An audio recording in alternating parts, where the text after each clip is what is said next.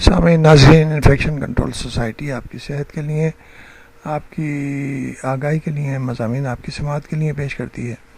آپ کا میزبان آپ کی ڈاکٹر حسن نواب آپ کی خدمت میں حاضر ہے۔ ڈائبٹیز کے بارے میں معلومات آپ کو ڈائبٹیز کے عالمی دن کے موقع پر دی جا رہی ہیں۔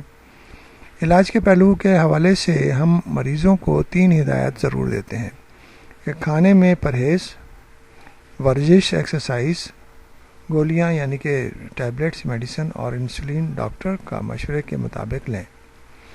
اپنے کھانے کا انتخاب ڈاکٹروں کے مشورے کے مطابق کریں، مثلا میٹھا، گھی، چکنائی سے مکمل پرہیز کریں۔ یاد رکھیں اس کی زمین میں کے اندر اگنے والی سبزیوں سے ذیابیطس نہیں بڑھتی۔ متوازن غذا کے لیے آپ غذائی ماہر ڈائٹیشین سے رجوع کیجیے۔ ورزش اتنی کریں جتنی روزانہ کر سکتے ہیں، تقریباً 20 سے 40 منٹ تک تیز چہل قدمی کریں۔ اپنے وزن کو اپنی عمر اور قد کے مطابق گھٹائیں، جس کے لیے ڈاکٹر سے رجوع کریں۔ گولیوں اور انسولین کی بات کی جائے تو پینکریاس سے انسولین نکلتی ہے، لیکن جب لبا یعنی کہ پینکریاس انسولین بنانے کی صلاحیت کھو دیتا ہے تو انسولین کا استعمال شروع ہو جاتا ہے۔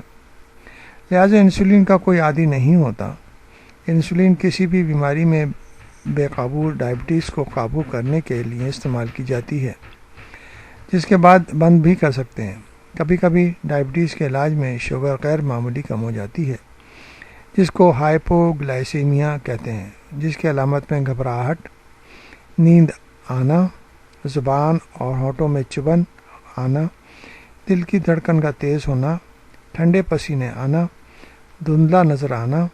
ایسی صورت میں آپ میٹھا فوراً لیجئے تاکہ آپ کی شوگر جو ہے نا بہتر ہو سکے، کیونکہ ہائپوگلائسیمیا کی کنڈیشن میں اگر شوگر کم ہو جائے تو وہ زیادہ خطرناک ہے بنسبت زیادہ شوگر ہونے کے۔ اس لیے احتیاطی طور پر جو بھی ڈائبٹیز کے مریض ہیں ان کو اپنے پاس کوئی ٹافی یا کوئی اس قسم کی چیزیں رکھنی چاہیے۔ اگر اس قسم کی علامات ظاہر ہوں تو وہ فوراً لے کر اپنی شوگر کو کنٹرول کر سکتے ہیں اور پھر اپنے شوگر کو ٹیسٹ کرا کے صحیح طور پر علاج کروا سکتے ہیں۔